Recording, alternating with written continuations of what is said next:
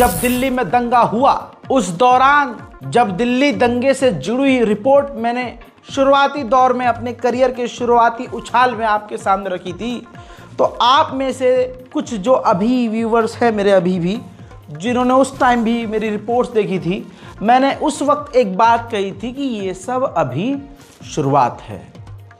उस वक्त जब मैंने बोलना शुरू किया था कि ये नरसंहार की शुरुआत है, तो मुझ पर एफआईआर हो गई, गिरफ्तारी हुई, 10 केस लगे, जान से मारने की धमकियां मिलने लगी।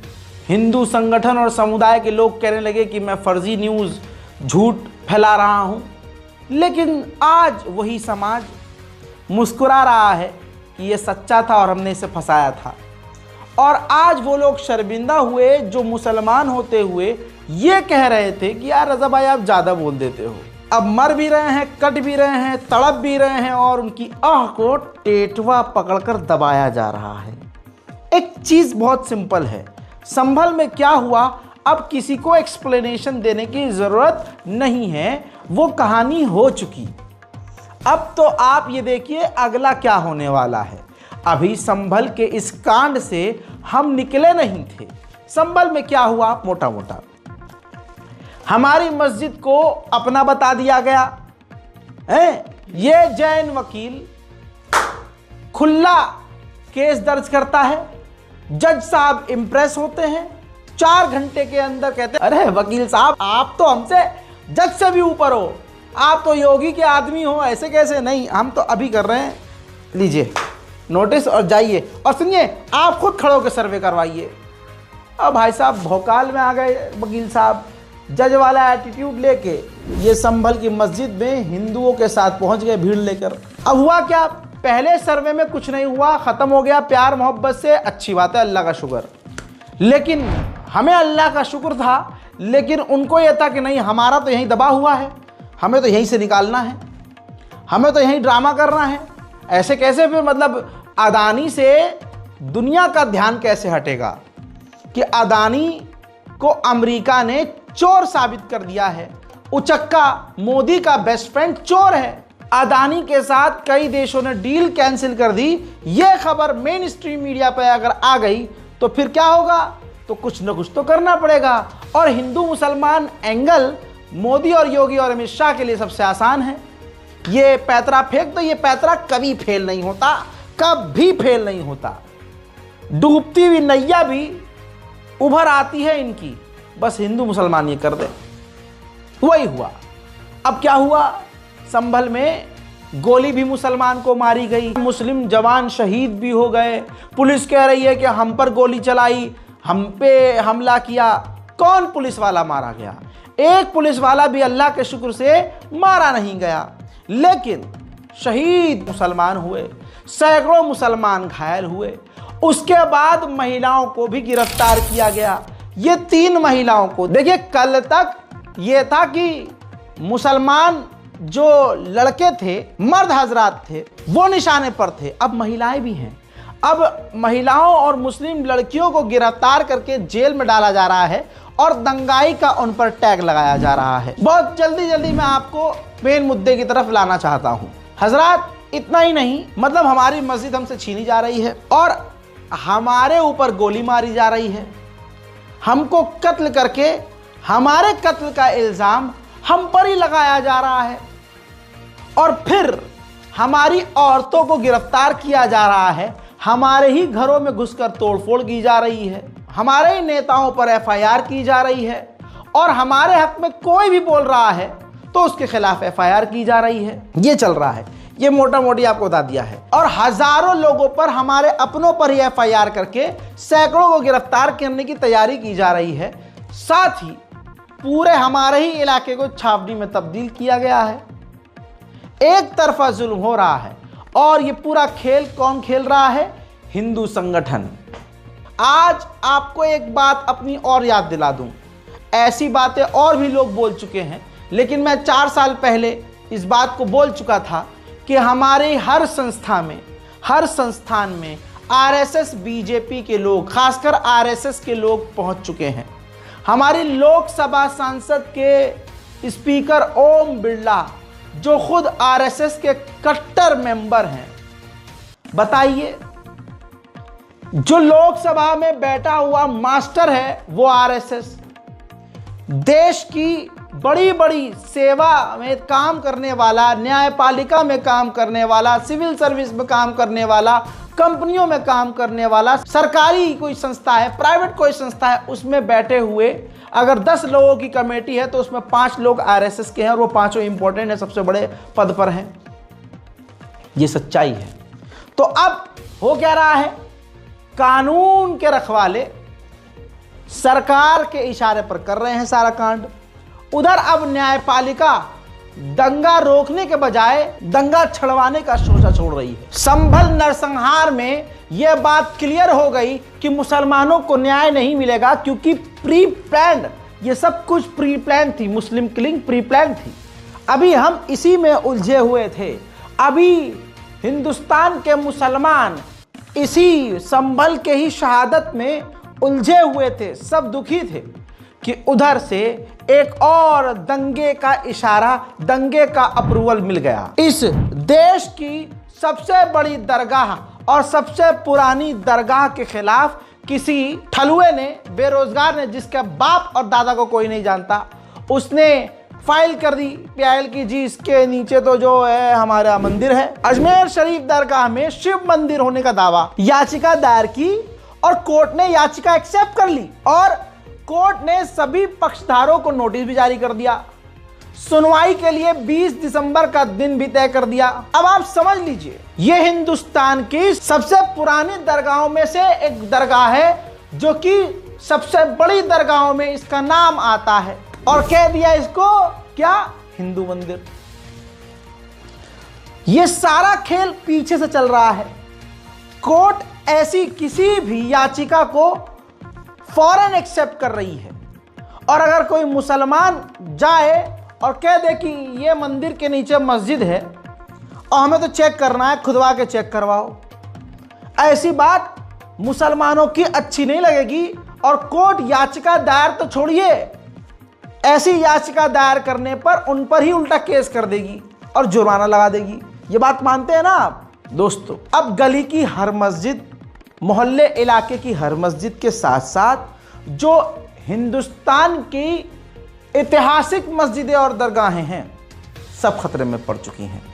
और इसी बहाने से पूरे देश के मुसलमानों का नरसंहार शुरू हो चुका है।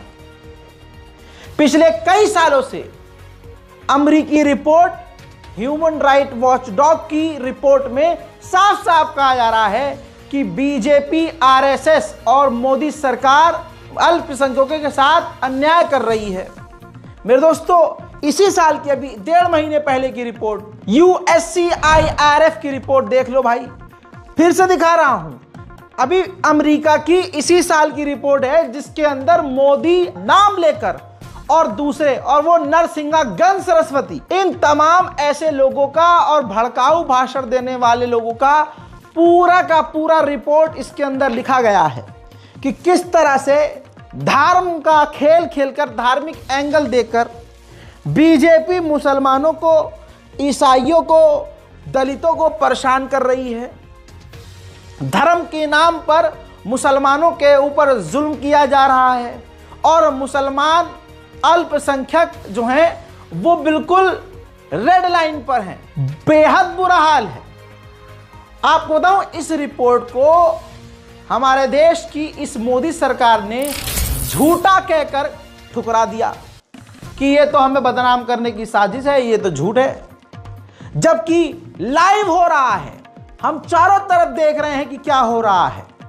इस रिपोर्ट में तो पिछले साल से अब तक के कांड थे, हम तो देख रहे हैं। इस रिपोर्ट के आने के बाद संभल हुआ। रिपोर्ट के अंदर दिल्ली दंगे से लेकर मुसलमानों के नरसंहारों की बातें खुली हुई है, लेकिन मोदी जी ने कह दिया, मोदी सरकार ने कह दिया कि ये तो हमें बदनाम करने की साजिश है। तो संभल क्या है फिर? ये अजमेर शरीफ दरगाह जो है, उस पर आपका हिंदू मंदिर होने का दावा क्या है फिर? संभल में मुसलमानों की लाशें गिर जाना क्या है फिर? गिरफ्तारी भी मुसलमानों की होना क्या है?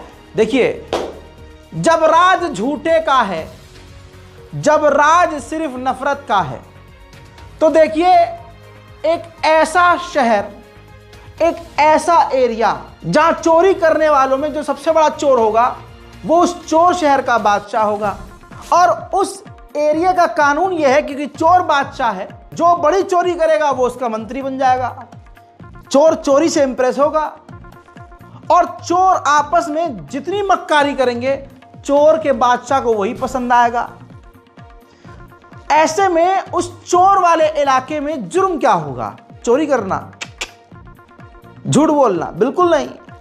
उस चोरों के इलाके में अगर कोई सच बोलेगा तो वो उस चोर के इलाके के लिए खतरा होगा कि अरे यार ये तो खोल देगा सारी पोल तो हमारा तो बादशाह भी बर्बाद हो जाएगा, यहां अच्छाई उपज जाएगी, अच्छाई आ जाएगी, चोर सुधर जाएंगे। जिनके अंदर आत्मा बची है, जमीर बचा है थोड़ा बहुत, वो चोरी करना छोड़ देगा, मक्कारी करना छोड़ देगा, फरेब करना छोड़ देगा। तो चोरों के इलाके में, गंद के इलाके में सच और ईमानदारी जुर्म है। आप सोचिए, आप लिंक कीजिएगा, समझदार हैं आप। हजरात मोहतरम, इस देश के अंदर हाल ये है, अगर जहर फैलाने वाला, मुसलमानों के नरसंहार की बात करने वाला हिंदू मंच से खुला खुला वीडियो में बोल रहा है और कैमरे की तरफ देखकर बोल रहा है, कह रहा है कि रिकॉर्ड कर रहे हो, करो रिकॉर्ड, ये इस्लाम ऐसा है, ये इस्लाम वैसा है, ये मोहम्मद इनका ऐसा है, ये कुरान खत्म हो जाना चाहिए, मुसलमानों को खत्म कर देना चाहिए, इनको यहां से भगा देना चाहिए, ऐसे स्पीच देने वाले नरसिंहा गंद सरस्वती, जिसको यूपी पुलिस कई बार कस्टडी में ले चुकी है और यूपी पुलिस को मालूम है, खुद कहा है कि हाँ इस तरह के बयान इन्होंने दिए हैं, उनकी ही वीडियो को, जिसको यूपी पुलिस ने कहा कि ये काम किया इसने, उसी की वीडियो को दुनिया के सामने अपने एक्स हैंडल, सोशल मीडिया और वेबसाइट के जरिए दुनिया के सामने रखने पर मोहम्मद जुबैर के ऊपर यूपी पुलिस ने ऐसा खतरनाक केस दर्ज किया कि अभी तक किसी को पता नहीं था। लेकिन कोशिश करने के बाद साथियों के कुछ लोगों ने अब जानकारी दी और अचानक से दुनिया के सामने यह बात आई। आइए हम जाकिर त्यागी की जानकारी पढ़ते हैं। जाकिर त्यागी बताते हैं, गाजियाबाद पुलिस ने यती नरसिंहानंद द्वारा पैगंबर हजरत मोहम्मद साहब के खिलाफ दिए गए भड़काऊ भाषण को पोस्ट करने पर मोहम्मद जुबैर के खिलाफ देशद्रोह का केस दर्ज किया है। हाल में एफआईआर के खिलाफ जुबैर ने इलाहाबाद हाई कोर्ट का रुख किया था, जहां पुलिस ने कहा था कि कुछ और धाराएं बढ़ाई हैं, इसलिए सुनवाई ना की जाए। हाई कोर्ट ने पुलिस को वक्त दिया तो आज धाराएं सार्वजनिक की गई, पब्लिक की गई, जिसमें BNS 152 यानी देशद्रोह की धारा जोड़ दी गई है। यानी शासन प्रशासन की कार्रवाई को देखें तो जुबैर ने यती नरसिंहागंज की भड़काऊ स्पीच को लोगों के सामने रखकर देश की एकता और अखंडता और संप्रभुता को असुरक्षित, देश को खतरे में डालने का काम किया है। आज मुझे आरजेडी के सांसद मनोज की फिर वो लाइन याद आ गई जिसमें वो कहते हैं कि संदेश वाहक को ही गोली मार दो, यानी shooting the messenger. Yati Narsinghanand jail से बाहर है और आए दिन भड़काऊ बयानबाजी कर देश को नुकसान पहुंचाने का काम कर रहा है, लेकिन उसकी स्पीच को लोगों के सामने रखने वाला खतरा है। दोस्तों, ये मोहम्मद जुबैर वो जुबैर है जिस अकेले ने इस देश में हजारों दंगे होने से रोक दिए, लेकिन आज यही देश के लिए बड़ा खतरा है, ये देश की एकता के लिए खतरा है। जो मुसलमानों के कत्ल की बात करे, मुसलमानों के बाइकॉट की बात करे, मुसलमानों से सामान न लो, मुसलमानों से खाना पानी मत लो, मुसलमान फेरी वालों को भगा दो, मुसलमानों को अपने घर किराए पर मत दो, यह बात बोलने से देश की अखंडता एकता को नुकसान यूपी पुलिस को नहीं नजर आ रहा है। इससे नहीं है, नुकसान इससे है कि अगर कोई व्यक्ति सच बोल दे, वही वाली बात, चोरों के इलाके में सच कैसे बोले, चोरों के इलाके में जो जितना बड़ा झूठ बोले, जो जितना बड़ा क्राइम करे, वो उतना बड़ा ताकत वाला और उतनी ही बड़ी इज्जत वाला। इस क्रोनोलॉजी को समझ लीजिए। मोहम्मद जुबैर वो एक अकेला आदमी है जिस एक अकेले आदमी से पूरी भाजपा आईटी सेल पैंट में पेशाब कर देती है। बस यही वो व्यक्ति है जिसकी वजह से देश में दर्जनों दंगे रुके हैं। यही वो व्यक्ति है जिसने इस सरकार की खतरनाक से खतरनाक मंशा को फेल किया है। अब हम आने वाले समय में या तो मोहम्मद जुबैर को अपनी आंखों से मरता हुआ देखेंगे या जेल में सड़ता हुआ, और भविष्य में आप मेरे जैसे यूट्यूबर्स और पत्रकारों को भी मरता हुआ देखेंगे, और तब भी आप कुछ न कर सकेंगे सिवाय इसके कि आई स्टैंड विद रजा गराफी, we stand with Mohammad Zubair. अपने बहन भाइयों को, अपने बच्चों को नहीं समझाना आपको कि हमें पढ़ना लिखना है, समझदारी से काम लेना है, हमें सेल्फ डिफेंस सीखना है। वो स्कूल में बॉक्सिंग सीख सकते हैं, वो स्कूल में कराटे सीख सकते हैं, स्कूल के अंदर वो निशानेबाजी सीख सकते हैं। तो मुसलमान बच्चे क्यों पीछे हैं?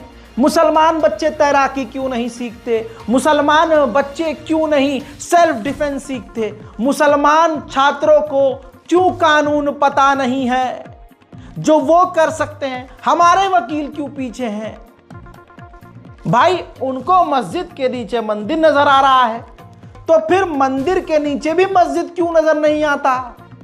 हालांकि अब कई लोगों का यह भी कहना है, पहले तो मैं ये बयान दिखा दूं, आम आदमी पार्टी के दिग्गज नेता संजय सिंह ने बड़ी बात कही, क्योंकि बात हकीकत है, हिंदू मुसलमान इसमें एंगल नहीं था। संभल में कहते हैं कि संभल में हिंदू मुस्लिम का नहीं बल्कि यूपी सरकार द्वारा प्रायोजित दंगा है। वहीं मदनी साहब ने भी ये बात क्लियर कह दी है, टाइम लगाया कहने में, और ये वही मदनी है जो कहते थे भारत मुसलमानों के लिए जन्नत है।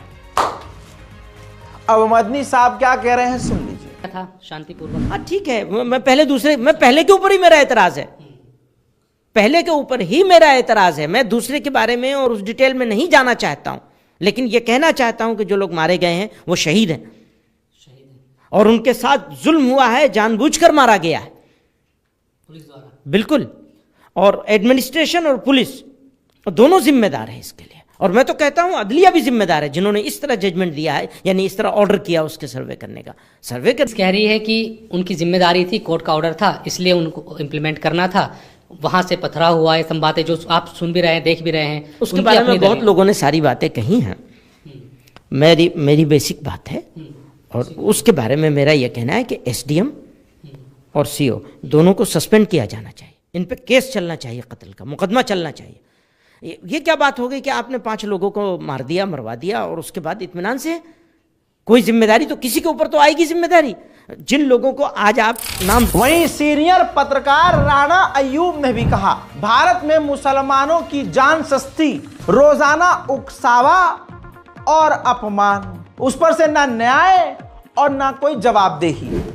राणा अय्यूब ने यह बात आज कही है, लेकिन 2014 से यह चीज होती आ रही है। इसी तरह से श्रीनगर के सांसद रूहुल्लाह कहते हैं कि संभल में कत्ल हुआ है, पुलिस को गोली मारते हुए देख सकते हैं, इसे पुलिस की कार्रवाई नहीं बल्कि कत्ल कह सकते हैं, और यही हकीकत भी है। बाबरी मस्जिद मामले में भी जुर्म करने वालों को इनाम दिए गए और मजलूमों को सजा दी गई। हजरत वकील विष्णु शंकर जो इस दंगे का मास्टरमाइंड है, मुसलमानों के नरसंहार का यही प्लानर था, पूरी तरह से कैसे कैसे दंगा भड़काना था इस वकील को मालूम था। शासन प्रशासन और ये बिल्कुल मिले हुए थे।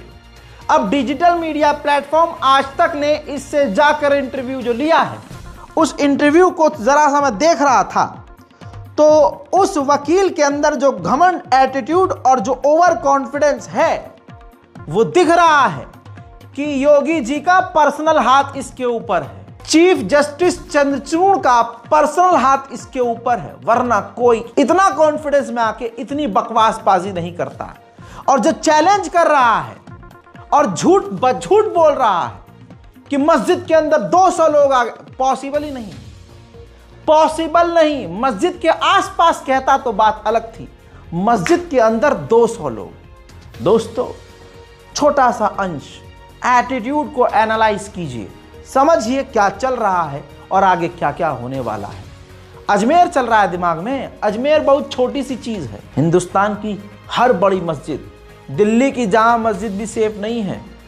याद रखना, आज बोल रहा हूं और कल आप देखेंगे ये होते हुए। आज आप मुझे गरियाएंगे कि ये ज्यादा बोल रहा है, लेकिन कल आप देखेंगे ये होते हुए। पहले देखिए ये वीडियो। जब 19 तारीख को हम लोग 6 बजे के करीब उस परिसर में पहुंचते हैं, 6 साढ़े 6 बजे के करीब, तो करीब प्रशासन ने ये और एडवोकेट कमिश्नर ने ये डिसाइड किया था कि 3 उनके वकील, 5 लोग और 5 अन्य लोग, 8 लोग उनके रहेंगे। केंद्र सरकार, राज्य सरकार के वकील और प्लेंटिफ की तरफ से 2 वकील। इतने लोगों को परिसर के अंदर रहना था सर्वे के दौरान। ये समाजवादी पार्टी के सांसद और विधायक कैसे घुस गए सर्वे में और सर्वे की प्रोसीडिंग्स को और कोर्ट की प्रोसीडिंग्स में इंटरफियर करने लगे और बताने लगे कि सर्वे आप कर लीजिए जल्दी। आप सपा के सांसद और विधायक दोनों थे अंदर और वहां पे उनके कम से कम 200 से 300 लोग और घुस गए। आप सोच रहे हो कि एक वकील को डरा धमका के आप दबा लोगे तो भूल जाएं, विष्णु शंकर जैन और हरिशंकर जैन दबने वाले नहीं है। ये मामला किया और आपके चैनल पे ऐलान कर रहा हूं, और मामले भी करेंगे, जिसको जो बन पड़ता है कर ले। हिंदू पक्ष को कोर्ट ने सुन लिया वहां पर, लेकिन दूसरे पक्ष को सुना ही नहीं, तो इतनी क्या जल्दी थी सर्वे करने की? पहली बात, जब ये सारे आदेश हुए माननीय न्यायालय के द्वारा 2:38 एटीट्यूड देखा, फुल कॉन्फिडेंस देखा, पता है उसको मस्जिद गिराई जाएगी, ये अंदर से कुछ ना कुछ निकाल लेंगे और जीत जाएंगे। जीत हो चुकी है। संभल प्रोजेक्ट कंप्लीटेड, पहला टास्क कंप्लीट कर लिया भाई इन्होंने। अरे मुल्ला मार दिया, क्या चाहिए? हजारों मुसलमानों को गिरफ्तार कर लिया जाएगा, और क्या चाहिए? बिल्डोजर चला दिया जाएगा, और क्या चाहिए? समझ नहीं रहे इस चीज को आप। ये पूरा स्टेट वाइज कंपटीशन चल रहा है हिंदू संगठनों में कि कौन कितनी मस्जिदें गिराता है, कौन कितने बहानों से कितने मुसलमानों को कत्ल करवा देता है। उधर जजों में अपना कंपटीशन चल रहा है, कौन हिंदू संगठनों का और बीजेपी का साथ देकर आने वाले समय में लाइफ टाइम के लिए एक मोटी जो है उसके ना वो खत्म हो गया है ना, अब वो सिस्टम पैसे वैसे वाला। अब वो रिटायरमेंट के बाद अच्छा, अब खर्चे ज़्यादा हैं भाई, तो वो भी पूरा नहीं पड़ता। तो लंबी इन्वेस्टमेंट है भाई। अभी उनके हक में कुछ बोल देंगे और उनके हक में फैसला दे देंगे तो आपको पता है कोई कुर्सी मिल जाएगी, कुछ इनाम मिल जाएगा, हैं, कोई बड़ा पद मिल जाएगा। तो हर अब जजों में भी कंपटीशन है। न्यायपालिका वरना ऐसा काम करेंगी। 1991 वर्शिप एक्ट जो है, यानी उस एक्ट में कहा गया 1991 में कि 1947 के बाद जो मंदिर बन गया वो मंदिर रहेगा, जो मस्जिद बन गई वो मस्जिद, उसमें कोई चेंजेस नहीं किया जाएगा। लेकिन चीफ जस्टिस चंद्रचूड़ ने रिटायरमेंट से पहले इस कानून में ढील दी और जानबूझकर मोदी को खुश करने के लिए, बीजेपी को खुश करने के लिए पूर्व चीफ जस्टिस चंद्रचूड़ ने यह ढील दी। जिसके बाद आपने बीजेपी और मोदी की जो चीफ जस्टिस चंद्रचूड़ की करीबियां हैं वो फोटोज में और वीडियोस में आपने देखी। लेकिन चंद्रचूड़ की उस छूट दिए जाने के बाद अब हिंदू संगठन के पास रोज का एक खेल है। भाड़ में गया 1991 का वर्शिप एक्ट। अब किसी भी मस्जिद को ये गिराने का प्लान कर रहे हैं। अब ये बिफोर आफ्टर, हैदराबाद से बहुत तेज और ऊंची आवाज निकलती है ना, तो हैदराबाद के नेताओं से कहूंगा अपने गरीबान में झांक के तुम अपनी तो ये इमारत बचाओ। अब कुछ मुसलमान कहेंगे यार ये तो मस्जिद थोड़ी ना है। अरे हैदराबाद की 4 मीनार मुसलमानों का प्रतीक है, ये ऐतिहासिक इमारत है। यहाँ पर आप देख लीजिए, आप बात सिर्फ मस्जिद की कब्जे की नहीं है, कल को ये आपके घर पर भी कह देंगे कि ये जो मुल्ला जी का ये जो बिल्डिंग है इसके नीचे मंदिर है। अब आप देखिए बिफोर आफ्टर, जिस जगह पर कोई भी मंदिर नहीं था, ऐतिहासिक पुरानी फोटोज में देखिए, आज उस जगह बड़ा मंदिर बन चुका है। और हैदराबादी जो मुसलमान, जो बहुत जोशीले मुसलमान होते हैं, वो बेचारे टुकुर टुकुर चुपचाप देखते ही रह गए। हजरात अजमेर, आज दरगाह अजमेर के ऊपर तलवार लटका दी गई। जज साहब ने पिटीशन एक्सेप्ट कर ली क्योंकि उनको भी भविष्य देखना था अपना। यार हम जैसे जाहिलों को पता है कि 1991 वर्शिप एक्ट के तहत जो 1947 के बाद मंदिर है वो मंदिर रहेगा, जो मस्जिद है वो मस्जिद रहेगी। हैं? हमें पता है, जज साहब को नहीं पता। यह कानूनी मुसलमानों की मॉब लिंचिंग और नरसंहार है दोस्तों।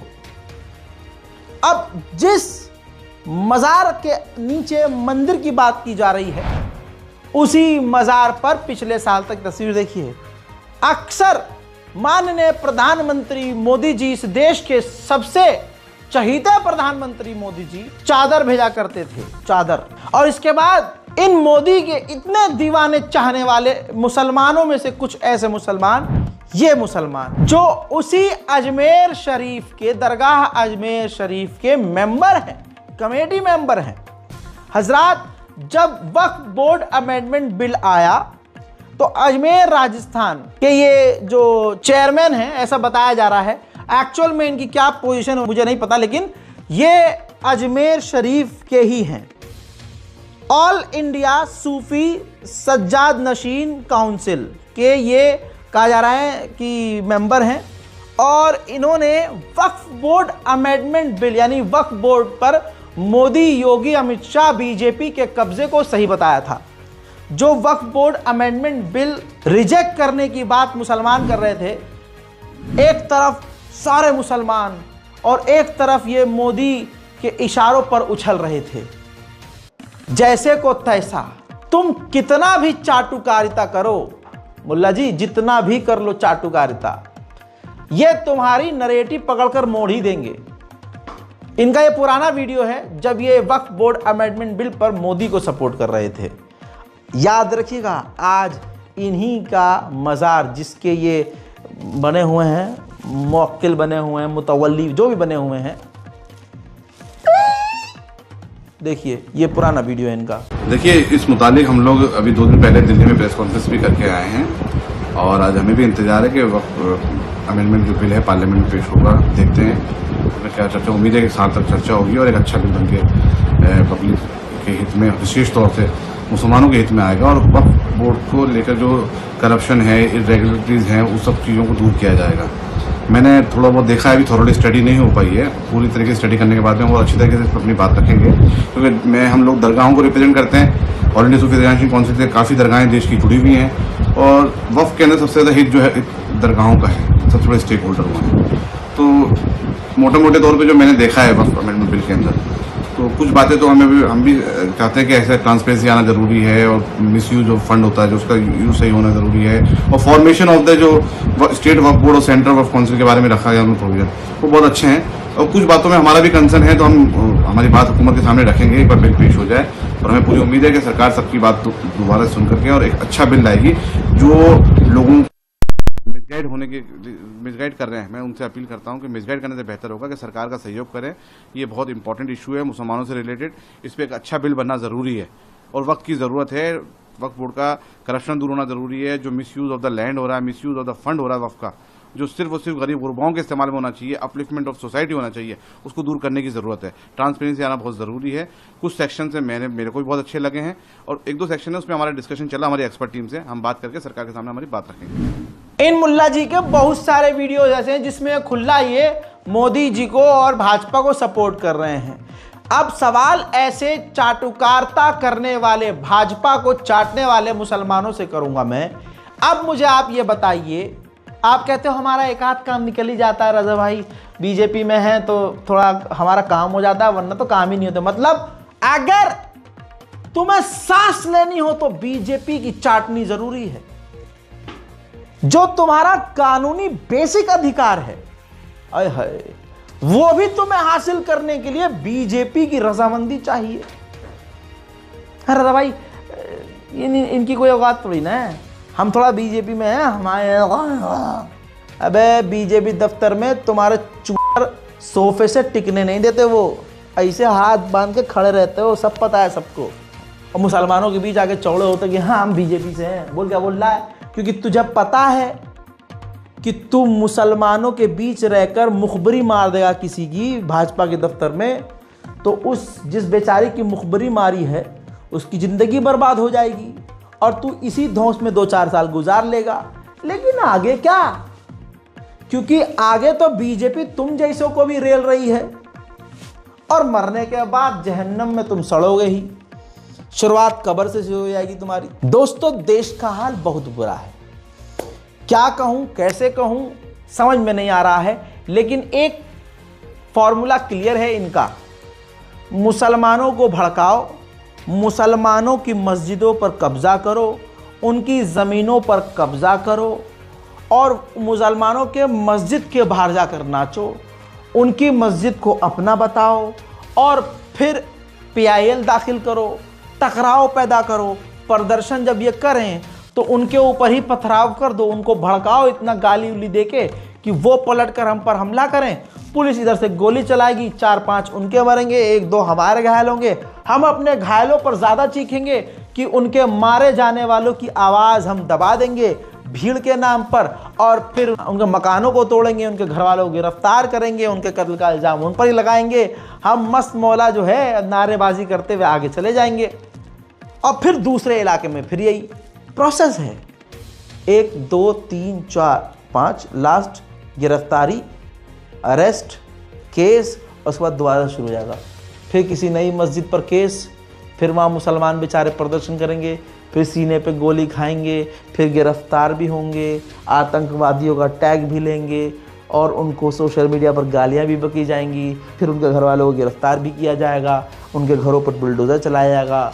फिर उसके बाद नया इलाका, फिर वही सब शुरू, यही होगा। संभल के मामले में एक ये भी चीज सामने आई है कि एक तो मार दिया गया सामने वाले को, फिर उसके घर वालों को डराया और धमकाया जा रहा है, कोरे कागज पर साइन लिए जा रहे हैं। इस पर कोई बोल नहीं रहा। लेकिन बता दूं कि दैनिक भास्कर की रिपोर्ट को शेयर करते हुए अखिलेश यादव ने आवाज उठाई और लिखा, किसी को धमकाकर कोरे कागज पर अंगूठा लगवाना भी गुनाह है। माननीय सर्वोच्च न्यायालय तत्काल संज्ञान ले और दोषी शासन प्रशासन के खिलाफ दंडात्मक कार्रवाई करके इस घटना के लिए जिम्मेदार सभी को सजा दे। न्याय का मान न्यायालय ही सुनिश्चित करेगा। बात बिल्कुल सही है। अब ये हमारे यूपी पुलिस का स्तर है। अपना जुर्म छुपाने के लिए मृतक के घर वालों से कोरे कागज पर अंगूठा और साइन ले रहे हैं ताकि उसका इस्तेमाल भविष्य में किसी भी तरह से अपने आप को बचाने के लिए किया जा सके। यूपी पुलिस में एक CO अनुज चौधरी का नाम सामने आ रहा है। कहा जा रहा है कि खेल के कोटे या शायद किसी और कोटे से इनको यह पद मिला है, या फिर ये पुलिस की पढ़ाई करके इनको ये नहीं मिला है। ये रील ज़्यादा बनाते हैं, फिल्म के शौकीन हैं, चुलबुल पांडे अपने आप को कहलवाते हैं। जाने अनजाने में बातों ही बातों में इस बात को इन्होंने माना कि यूपी पुलिस ने ही गोली चलाई थी, क्योंकि ABP के पत्रकार जब पूछ रहे थे इनसे तो ये कह रहे हैं सामने से कि हम भी तो पुलिस वाले हैं, हमारा भी तो परिवार है, मतलब हम गोली खाने के लिए थोड़ी ना आए हैं, मरने के लिए थोड़ी ना हैं, तो ये मारने के लिए हैं। ये कानून का राज करने के लिए, कानून का राज फैलाने के लिए नहीं, ये आपकी और हमारी सेवा में नहीं, बल्कि ये रील बनाने के लिए हैं, स्टाइल मारने के लिए, गोली मारने के लिए हैं। रील पर जाऊं, शॉर्ट्स पर जाऊं तो इनके बहुत वीडियो सोशल मीडिया पर पहले भी वायरल है और इनका विवाद से पुराना नाता रहा है। अब कुछ सेकंड के वीडियो से आप समझ जाएंगे कि इनका जो एटीट्यूड है वो ऐसा क्यों है, क्योंकि पीछे से योगी का हाथ इनके ऊपर है। ये सारी छूट माननीय योगी जी की दी हुई है, जिसकी वजह से ये सब कुछ हो रहा है। अगर आपको लगे कि ये पुलिस की टोन है तो फिर क्या ही कहने, वरना आपको साफ क्लियर कट पहली ही लाइन में दिख जाएगा कि गुंडे की टोन और इनकी टोन में कोई फर्क नहीं है। गोली भी चलाई गई पुलिस की तरफ कैसे? अब पुलिस की तरफ से आप बता रहे हो भाई गोली चली है, कोई कह रहा है कुछ इस तरह, कोई यदि ऐसे कर रहा है तो वो दिखाने के लिए भी होता है, ऐसा नहीं है कि उसमें गोली चलाई रहे हैं। वीडियो बड़ा वायरल हो रहा है, उसमें दिख रहा है कि एक पुलिस के अधिकारी जो हैं वो ऐसे चला कर गन दिखा करके फायर कर रहे हैं। एक बात बताओ, पहली बात तो ये है हमें आत्मरक्षा का अधिकार है। हम कोई मरने के लिए भर्ती थोड़ा ही हो रहे हैं पुलिस में। अगर भाई हम इनसे मार देंगे, हम मरने के लिए भर्ती हो रहे हैं पुलिस में? अरे भैया हमारे बच्चे हैं, परिवार है? हमारा परिवार नहीं है? अगर इनके लिए ये एक पढ़े लिखे आदमी को और एक इस तरह के जाहिल मार देंगे, एक जीवन खत्म होता है, पूरा परिवार, पूरी फैमिली है पुलिस वाले की। आप पुलिस पे पुलिस, अरे आप सिचुएशन देखिए ना, क्या सिचुएशन थी पुलिस की। रहा था वो बना लेते अंदर घुस के। जब वो इतने प्यार से काम हो रहा था तो वहाँ बना लेते ना वीडियो घुस के, आपको पता चल जाता। एक बार मैं आपसे वो आरोप बता रहा हूँ कि जो परिवार है वो कह रहा है कि सीओ कह रहे थे कि ठोक दो और उनके आदेश पर ही गोली मारने का। मेरी कोई आवाज़ बता दे, ठोक दो या कुछ इस तरह से, ठीक है। मैंने सिर्फ कानून व्यवस्था को शांति बनाने के लिए जो भी उपयुक्त बल जो प्रयोग करना पड़ा वो किया है, ना किसी की मारने की, ना हमारी कोई बदनीयती थी या किसी को क्या होगा। उन लोगों में इस तरह की भीड़ थी, वो किस तरह के लोग थे, क्या थे, कोई कहीं का, कोई कहीं का, कोई अपराधी था, कोई क्या था, ठीक है। वो उनकी आपसी रंजिश भी हो सकती है। आखिरी सवाल है अनुज जी मेरा। बस आप समझ सकते हैं इनकी टोन से ही कि कातिल कौन है। वैसे तो इनकी गोलियां पुचुक पुचुक करके निकलती हैं और मुसलमानों के सीने में धंस जाती हैं, लेकिन जामिया में पुलिस की, भारी पुलिस की तैनाती के बीच छात्रों के ऊपर दिन की रोशनी में, दिन दहाड़े जो इसने गोलीबारी की, जामिया में गोली चलाने वाले गोपाल को पुलिस ने गोली क्यों नहीं मारी? जवाब बस इतना है, क्योंकि वो मुसलमान नहीं था। ये तमाम हिंदुस्तान के मुसलमान याद रख लें। जामिया में गोपाल को पुलिस ने गोली सामने खड़े हुए देखते हुए नहीं मारी और ओए ओए की आवाज निकालते रहे और बाद में गिरफ्तार करके अब पता है वो हीरो वाली जिंदगी जी रहा है। क्यों नहीं मारी पुलिस ने गोली? क्योंकि वो हिंदू था। तो ये खाकी वर्दी जो है ये न्याय देख कर देती है आपका मजहब, आपके सर पर टोपी या माथे पे तिलक। सबको समझ आ चुका है कि ये क्या किया गया है और क्यों किया गया है। पढ़ा लिखा भी समझ गया और जाहिल भी। मेरे दोस्तों, संभल के मामले पर प्रोफेसर राम गोपाल यादव जी क्लियर कह रहे हैं कि ये दंगा करवाया गया है। सांसद हैं और विधायक के बेटे हैं, उन पर मुकदमा हुआ है। सर, इस पर क्या कहना चाहेंगे? संभल में जो कुछ प्रशासन कर रहा है 100% गलत कर रहा है। जी सर। प्रशासन की लापरवाही से, बल्कि प्रकार मैं तो ये आरोप लगा रहा हूं, प्रशासन ने जानबूझकर वहां ये सब अशांति पैदा करने का काम किया है। प्रशासन चाहता कुछ भी नहीं हो सकता था। प्रशासन ने ही लोगों को जो जा रहे थे मस्जिद में नारे लगाते हुए उकसाया और ये प्रदर्शित किया कि जैसे मस्जिद पे लोग कब्जा करने जा रहे हैं। इसकी वजह से ये सब कुछ हुआ। सर, कल आपका एक और बयान आया था कि पुलिस इस तरह की कार्रवाई करेगी तो पत्थरबाजी होती रहेगी। तो अच्छा, जब कोई न्याय नहीं कहीं से मिलेगा तो निराश होकर आदमी क्या करता है? निराश होकर न्याय मिलेगा तो कभी कुछ नहीं अशांति होती। हमेशा शांति न्याय के रास्ते से ही निकलती है और न्याय जब नहीं मिलता है, निराश हो जाता है आदमी, कहीं से न्याय नहीं मिलता है तो कुछ न कुछ तो लोग करते ही। फिर सर, कुछ चीजें बिल्कुल साफ हो चुकी हैं। ऐसे हिम्मत वाले कुछ चेहरे हैं जो 4 लाइनों में आपको आज का काला सच बता रहे हैं। उनमें से स्वरा भास्कर, जो हिंदूवादी संगठनों के निशाने पर रहती है, कहती है हम उस स्थिति पर हैं जहां कानून नागरिकों की हत्या सिर्फ इसलिए कर रहा है क्योंकि वो मुसलमान हैं। दूसरी तरफ एक इस तरह के व्यक्ति हैं जो लगातार समाज को भड़का रहे हैं। ऐसे माहौल में जहां शांति होनी चाहिए और कोशिश करनी चाहिए कि अमन की बात हो, वहां बाबा भागेश्वर कहता है कि अभी 20% है, अभी वो 20% है तो पत्थरबाजी कर रहे हैं, 50% हो गए तो बेटियों को उठा कर ले जाएंगे। और दूसरी तरफ ये कहता है कि देश में 100 करोड़ हिंदू हैं, 1 करोड़ को सड़कों पर आ जाना चाहिए, नहीं तो आने वाले समय में वे घरों में कब्जा कर लेंगे। अब आप ये सोचिए, ये हिंदुओं से कह रहा है कि सड़कों पर आ जाओ, और यही बात अगर मुसलमान कह दे कि 5 मिनट के लिए मुसलमान सब सड़कों पर आ जाओ, तो ऐसे आबा बाबा ढाबा सारा दिन गला फाड़ कर चिखेंगे, हाँ हिंदू खतरे में है, हाँ हिंदू खतरे में है। इनके तमाम लोग नफरत फैला रहे हैं और खुला फैला रहे हैं, लेकिन इनकी वीडियो को दिखा दिया जाए तो मोहम्मद जुबैर पर FIR करके देशद्रोह के कैटेगरी में डाल दिया जाता है। ये कलयुग है दोस्तों। मुकेश खन्ना को, यानी हमारे शक्तिमान को कौन नहीं जानता पूरी जिंदगी में। ये अभी पिछले 1 महीने से लगातार रोस्ट हो रहे हैं और पिछले 10 दिन से तो बहुत ज्यादा। दोस्तों, इन्होंने अपनी जिंदगी में 2-3 कैरेक्टर अच्छे किए।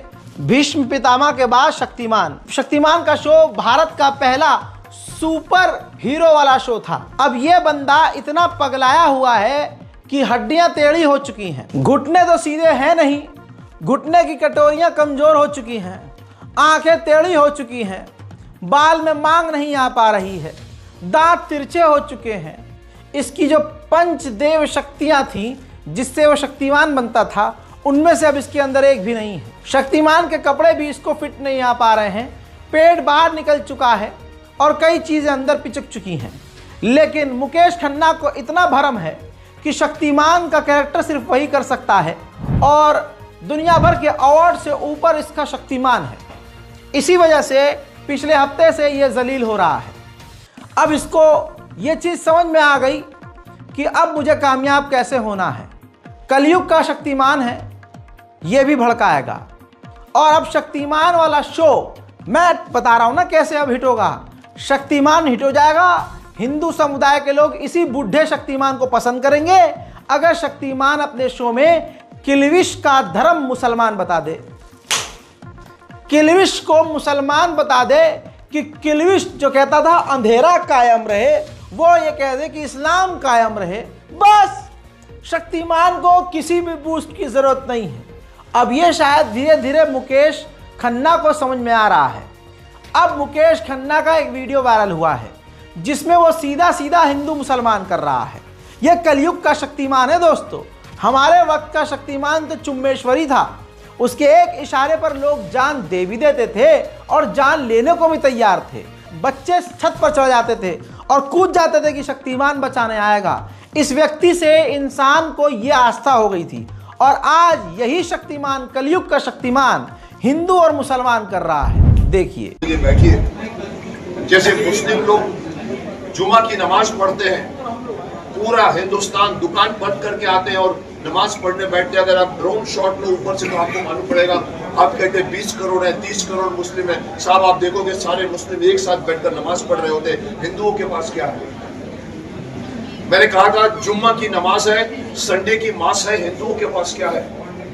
मैं कई लोगों को पूछता हूँ आप मंदिर जाते हो? बोला हम जाते हैं। मैं कब जाते हो? बोला गुरुवार जाते हैं, को बोलता है शनिवार जाते हैं, को बोलता है संडे जाते हैं। अरे साहब एक दिन क्यों नहीं जाते? जिस दिन एक दिन आप जाना शुरू कर दोगे अपनी फैमिली को लेकर, अपने बच्चों को लेकर मंदिर पे जाके बैठोगे, तब हमारे देश में हिंदुओं की एकता साबित हो सकती है। एक सीटी मारो तो मुस्लिम इकट्ठे हो जाते हैं। हिंदुओं में आप 100 सीटियां मारो तो भी कोई इकट्ठा नहीं होगा, क्योंकि सब बटे हैं, बढ़ चुके हैं, बटने का फायदा उठाया जा रहा है। इसलिए ये वक्त है जहां पर मैं कहूंगा कि सनातन धर्म को वापस लाया जाए, गुरुकुल को वापस लाया जाए। आज की शिक्षा परंपरा, लॉर्ड मैकॉले ने 1835 में 6ठी क्लास में इंग्लिश डाल दिया था। ये बैठिए। जैसे मुस्लिम लोग जुमा की नमाज पढ़ते हैं, ये है आज का शक्तिमान। अब इसके पास पंच तत्व की शक्ति नहीं है, अब इसके पास सिर्फ गोबर पेशाब तत्व की ही शक्ति है, तो यही करेगा। दूसरी तरफ अगर खोदने और खुदाने की बात हो रही है तो कहने वाले ये कह रहे हैं कि ज्यादा अगर खुदाई कर दी तो आपको बौद्ध मंदिर नीचे मिलेंगे, महात्मा बुद्ध की प्रतिमाएं मिलेंगी जिन्हें तोड़कर मंदिर बनाया गया, उसके बाद शायद मस्जिद और उसके बाद फिर मंदिर। ऐसी बातें कही जा रही हैं और इन बातों का जवाब किसी भी सरकार, अंधभक्त, योगी, मोदी, अमित शाह और बड़े बड़े लोगों के पास न होगा। वीडियो सोशल मीडिया पर वायरल है और सटीक सवालों से भरी हुई है। खोदना ही है ना, तो थोड़ा डीप खोदो, थोड़ा और ज्यादा खोदो। हाँ, उसके नीचे जो निकलेगा वही दे दो वापस। क्या निकलेगा? बुद्ध विहार, बौद्ध मठ निकलेगा, गारंटी कह रहा हूँ। जितना अयोध्या में जो बना है अभी मंदिर, उसके नीचे से जो निकला है खाली दिखा दे, पब्लिक डिस्प्ले कर दे। हम थोड़ी करें। काशी प्रसाद जायसवाल तो राष्ट्रवादी इतिहासकार थे, उन्होंने कहा कि जो रामेश्वर धाम है वो बुद्धिस्ट टेम्पल है, जगन्नाथपुरी बुद्धिस्ट टेम्पल है, तो खोदना ही है तो तभी से खोद लो। तो आप भी खोदने की बात कर रहे हैं? हाँ तो करो ना, फिर आधा नहीं। फिर अगर देखिए पूरा बखेरा खड़ा किया हुआ है सुप्रीम कोर्ट का, जब 91 में ये बात आगे हो गई थी सेटल कि 47 के बाद जो जहाँ है वहीं रहेगा, रहेगा ना।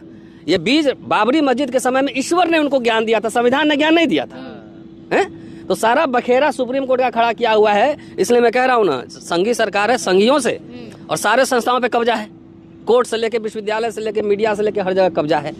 तो इनसे बचाना है राष्ट्र को, रिपब्लिक को, इनसे बचाना है संविधान को। होता है जजमेंट, भावना से जजमेंट होता है। जुड़ा हुआ था ना उनका जुड़ा हुआ था ना, तो फिर बाहर जाके करते ना, सुप्रीम कोर्ट में बैठ के क्यों किए थे? अब संविधान की शपथ लेके गए थे वहां पर। तो इसलिए कह रहा हूं कि इनसे बचाना है इस इंडियन रिपब्लिक को, कॉन्स्टिट्यूशन को। तो हिंदू मुसलमान करेगा ही करेगा। और दूसरी बात, जितने बीजेपी के नेता हैं उनके बच्चे नहीं जा रहे हैं धर्म की रक्षा करने, जा रहे हैं। अमित शाह का बेटा गया था धर्म की रक्षा करने, मंदिर ढूंढने। नड्डा का बेटा। बस मुसलमानों को सावधान रहने की जरूरत है। ये जो नारा दिया गया है उनके द्वारा, एक है तो सेफ है, असल में ये नारा मुसलमानों के लिए है, लेकिन मुसलमान कभी नहीं सुधर सकता। हमें एक दूसरे को गाली बकनी है। सोचिए, मैं पर्सनली अपनी एक चीज शेयर करूं, मैं कामयाब हुआ आपकी मोहब्बत से, आपके सपोर्ट से कामयाब हुआ। माँ की दुआओं ने रंग दिखाया, अल्लाह ने मुझे यहाँ तक पहुँचाया कि आप मुझे पहचानने लगे। और आज लगभग हज़ारों माएँ मुझे दुआएं देने लगीं। कल तक मैं सिर्फ अपनी माँ की दुआ में था और आज मैं हज़ारों माँओं की दुआओं में हूँ। ये इज़्ज़त, ये नाम, ये शोहरत, ये मोहब्बत, ये सब अल्लाह ने दी। वह तो इज़्ज़ो मन तशा व तो ज़िल्लो मन तशा। इज़्ज़त और ज़िल्लत देने वाला बेशक अल्लाह है, उसके सिवा कोई नहीं। लेकिन उसके बावजूद मेरे अपने खुद के, नाम तो नहीं ले रहा, लेकिन अपने ही मुसलमान मुझसे जलते हैं। और ये आप भी फेस करेंगे। ऐसा नहीं कि आप यूट्यूबर, नहीं, आप अपनी ज़िंदगी में जैसे ही कामयाब होना शुरू होंगे, आपके ख़ानदान, रिश्तेदार, पड़ोसी, गली मोहल्ले वाले और हत्ता कि वो भी जो सामने से कहेंगे अस्सलाम वालेकुम, खैरियत है, सब। जैसे मैं निकल रहा है यहाँ स्कूटी से निकल रहा हूँ, और मैं निकला हूँ और मुझे पता है सामने वाले दोगले हैं, लेकिन अस्सलाम वालेकुम रज़ा भाई खैरियत है, और ये रज़ा भाई आगे बढ़ रहे हैं, हाँ जवाब देते हुए रज़ा भाई आगे बढ़ रहे हैं। हाँ भाई, बड़ा बहन का है ये, अबे इतना सा तब से हरामी है ये। मैं अब बनाया ये यूट्यूबर, हमसे पूछो भाई साहब, या कुछ भी ना है ये, क्या बहन जो बन गया तो बन गया, बोलने की तमीज ना है। देखो आज भी कैसी वीडियो बनावे, पता नहीं क्या क्या बोला, गाली बके है वीडियो में, उल्टा सीधा बोले। रज़ा भाई दोबारा आ रहे हैं वापस दूध लेके। अरे रज़ा भाई क्या हमें बोल देते, हम ले आते दूध, हम ले आते।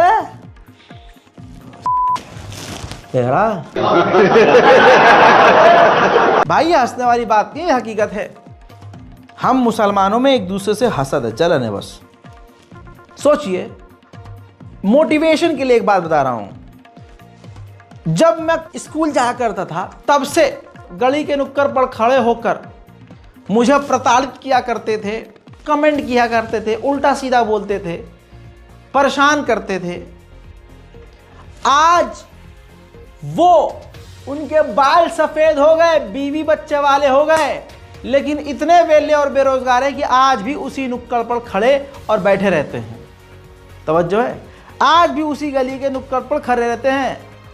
और उस वक्त मैं पढ़ने लिखने में ध्यान देता था, कॉलेज जा रहा हूँ, स्कूल जा रहा हूँ, फिर दफ्तर जा रहा हूँ, लाइफ आगे बढ़ती रही। वो वहीं गीबत करते रहे, वो वहीं सिर्फ जलन, हसद, बुग़्ज़ में मरते रहे, और आज भी वो वही कर रहे हैं। तो हम यहाँ पहुँच गए, वो वही रह गए। इसीलिए अल्लाह ने कहा है कि बुग़्ज़ मत रखो, हसद किसी से मत करो। लेकिन मुसलमान क्या कर रहा है? हसद। दूसरे हिंदुओं में देखिए, अगर हिंदुओं में मैं यूट्यूबर होता, मैं हिंदू होता, मैं यूट्यूबर होता, और मैं ऐसा पत्रकार होता जैसा अभी हूँ, लेकिन उनके बीच का होता, आपको लगता है कि सिर्फ 3 मिलियन पे मैं अटका होता? आपको लगता है कि लोग मुझे गालियाँ? नहीं भाई, दोनों हाथों पे लेकर आसमान पर बुलंद कर देते हैं वो लोग कि भाई हमारा बंदा है, हमारा है, हमारे अपने में से, हमारे बीच से निकला है भाई। ये फ़र्क है उनमें, हम में। बुरा मत मानिएगा। अल्लाह ने जैसे हमें हुक्म दिया है कि मुसलमानों को ऐसा रहना चाहिए, वैसे वो रह रहे हैं। आइए सफाई पर आ जाइए। आप सुबह सुबह फज्र पढ़ने के बाद, माफ़ी के साथ कहूँगा सच बहुत बुरा है, बहुत बुरा लगेगा, माफ़ कर दीजिएगा, सुबह सुबह आप नमाज़ पढ़ने जाइएगा, नमाज फज्र पढ़ने के बाद आप मुस्लिम मोहल्ले में जाइएगा, सड़कों पर बच्चों के डायपर, बीच गली में कूड़ा गंदगी है, बीच सड़क पर, बीच गलियों में, छत से हमारे मोहल्ले की औरतें रात को 12 बजे घर का सारा कूड़ा इकट्ठा किया पच से बीच में, बात भाड़ में जाए। दोपहर 12 बजे तक मुसलमान सो रहा है, कूड़ा बीच में फेंक रहा है। उसी वक्त सुबह सुबह जब आप ये सारी गंदगी देखेंगे, किसी हिंदू इलाके में चले जाइएगा 5-6 बजे करीब, आपको पूरी गली चमचमाती हुई मिलेगी। आधे से ज़्यादा गली का हाल ये होगा कि सूरज निकला नहीं है, घर की औरतों ने घर का चबूतरा और चबूतरे के बाहर जो सड़क है आधी वो भी धो डाली है, घर के आगे जो सड़क गली आ रही है वो भी धो डाली है। सफाई झाड़ू पोछा सा हो चुका है। अब उनके पास पूरा दिन पड़ा है और उनके लिए दिन बहुत बड़ा है, क्योंकि वो 12 बजे तक नहीं सो रहे हैं। ये काम, ये सफाई, ये पाकीज़गी, ये सुबह उठ जाना, फज्र तक सोकर उठना, फज्र पढ़कर फिर उसके बाद तलावत कुरान करके जागना, अपनी दिन की शुरुआत इस तरह से करना, ये कहाँ है मुसलमानों में भाई? अब हिजाब, हिजाब हमारे घर की औरत आज ये है कि हिजाब पहन के नाच रही है। मैं वीडियो नहीं लगाऊंगा मैं माजरत के साथ। सोफिया अंसारी जैसी महिलाएं, तथाकथित महिलाएं, इस्लामी महिलाएं, बिनते हवा की औरतें, लड़कियां आज देखिए सोशल मीडिया पे क्या कर रही हैं। पहले जो ये सीन कर रही हैं सोशल मीडिया पे, जो लड़कियां कर रही हैं, वैसा सीन किसी फिल्म में होता था तो उसको सी ग्रेड दिया जाता था। 10 साल पहले सिर्फ ऐसे सीन देखने के लिए सीडीओ में इनके विजुअल्स आते थे, ऐसी तस्वीरें सीडीओ के अंदर आती थी। अब मुसलमान, देखिए दूसरे नाम की तो मुझे कोई फिक्र नहीं, लेकिन मुसलमान नाम की महिलाएं, लड़कियां सोशल मीडिया पर देखो क्या कर रही हैं। क्यों? अब माँ बाप चुप क्यों हैं? साला पैसा, पैसा। मुल्ला जी को फर्क नहीं पड़ रहा कि उनकी बेटी सोशल मीडिया पर नंगी है, लेकिन मेहमान के सामने पूरा हिजाब और बुर्खा, पूछो मत, जैसे इससे बड़ी हिजाबन कोई है ही नहीं, पहन के आ रही है। और पता है दुनिया को कि ये जिसको हम बुरखे में देखने जाते हुए, ये इसका इंस्टाग्राम देखो, चड्डी बनियान दिखेगी आपको, बरा पैंटी में दिखेगी। भाई ट्रेंड चल रहा है ज़बरदस्त, हर दिन अलग अलग तरीके से नंगा होने का ट्रेंड चल रहा है। कल जो चीज़ें सीडी में मिलती थी, आज दूसरे नाम की बात नहीं, अपने घर की बात कर रहा हूँ। हमारे कौम की लड़कियाँ वो फ्री में परोस रही हैं चंद लाइक और पैसे के लिए। मुल्ला जी भी इसलिए खामोश हैं, पैसा आ रहा है, चुप रहो, खामोश बनो। लड़की अपने लिए दहेज खुद इकट्ठे कर रही है, अपना खर्चा खुद इकट्ठा कर रही है, मुझ पर लोड बन नहीं रही, लड़का भी अपने आप ढूंढ के ले आएगी। आज के लिए इतना ही सच ज़्यादा है, क्योंकि मैं जब सच बोलता हूँ तो दूसरों को तो इतनी तकलीफ नहीं होती, लेकिन हमारे अपने वालों में आग लग जाती है। रिपोर्ट को शेयर कीजिए। जय हिंद।